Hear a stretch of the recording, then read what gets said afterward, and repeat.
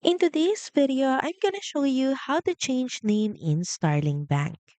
So the easiest way to change your name in Starling Bank is by reaching out their customer service. Now in your browser, head over and search up Starling Bank until you see the link from the search results. Then next is click on how to contact us under the link. Here you can see their contact information or details on how you can reach them out.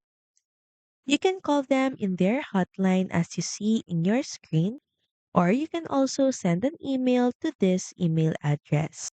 Now, depending on the reason, you may need marriage certificate, deed poll, divorce documents, or any legal proof of name change.